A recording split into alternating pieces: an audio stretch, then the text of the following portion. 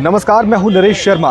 BBC यानी कि British broadcast corporation के दिल्ली और मुंबई के दफ्तरों में आज आयकर विभाग की टीमें तलाशी ले रही हैं।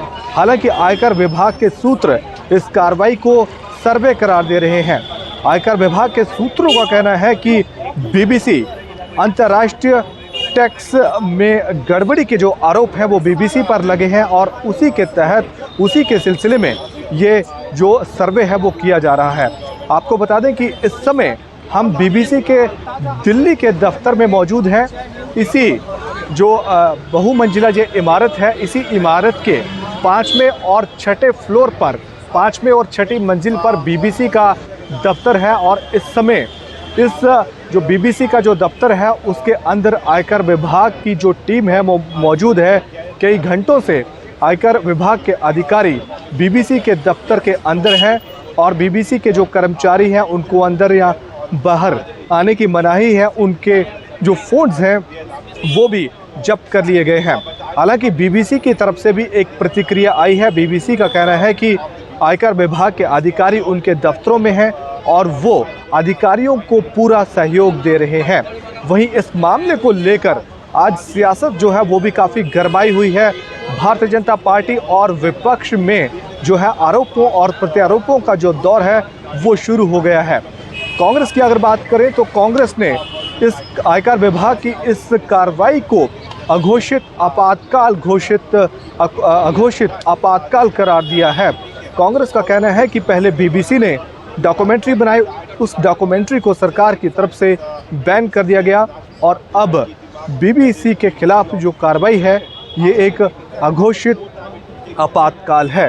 वहीं बीजेपी ने भी इसका पलटवार किया है। बीजेपी के प्रवक्ता गौरव भाटिया ने कहा है कि कांग्रेस का जो एजेंडा है और बीबीसी का जो प्रोपेगेंडा है वो साथ साथ चलता है।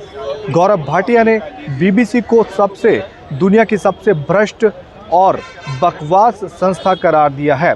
इसके साथ ही बीजेपी ने कांग्रेस को उस दौर की भी याद दिलाई है जब तत्कालीन प्रधानमंत्री इंदिरा गांधी ने बीबीसी को बैन कर दिया गया था एक डॉक्यूमेंट्री के सिलसिले में। आपको बता दें कि जो एडिटर गिल्ड एक संस्था है, पत्रकारों से जुड़ी जो संस्था है, उसने भी आयकर विभाग की इस कार्रवाई का जो है वो विरोध किया है। और अगर बात बीबीसी की करें तो बीबीसी एक ब्रिटेन की नेशनल ब्रॉडकास्टर है, ब्रिटेन की एक संस्था है और लगभग 40 भाषाओं में बीबीसी खबरें ब्रॉडकास्ट करता है। और भारत में भी कई भारतीय भाषाओं में हिंदी और अंग्रेज़ी के साथ साथ कई जो भारतीय भाषाएं हैं उसमें भी बीबीसी समाचार जो है उसका प्रसारण करता है। और जो कार्रवाई है वो कई घंटों से चल रही है और सियासत जो है वो भी गरमाई हुई है। हालांकि आयकर विभाग की तरफ से अभी तक कोई ऑफिशियल जो है बयान है वो नहीं आया है।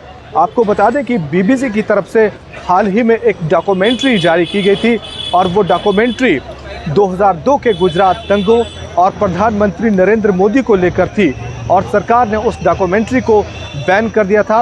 और कई यूनिवर्सिटीज़ में उस डॉक्यूमेंट्री को प्रदर्शित करने की कोशिश भी हुई थी, काफ़ी बवाल हुआ था।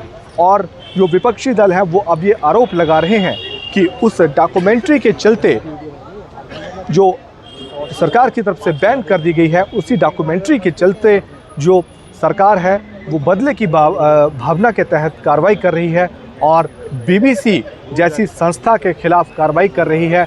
और फिर से आपको बता दें कि यही दिल्ली के केजी मार्ग पर ये इमारत है और इसी इमारत के 5वें और 6ठे फ्लोर पर बीबीसी का दफ्तर है।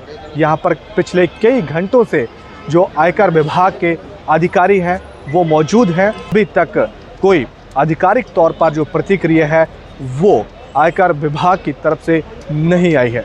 फिलहाल इस खबर में इतना ही। धन्यवाद।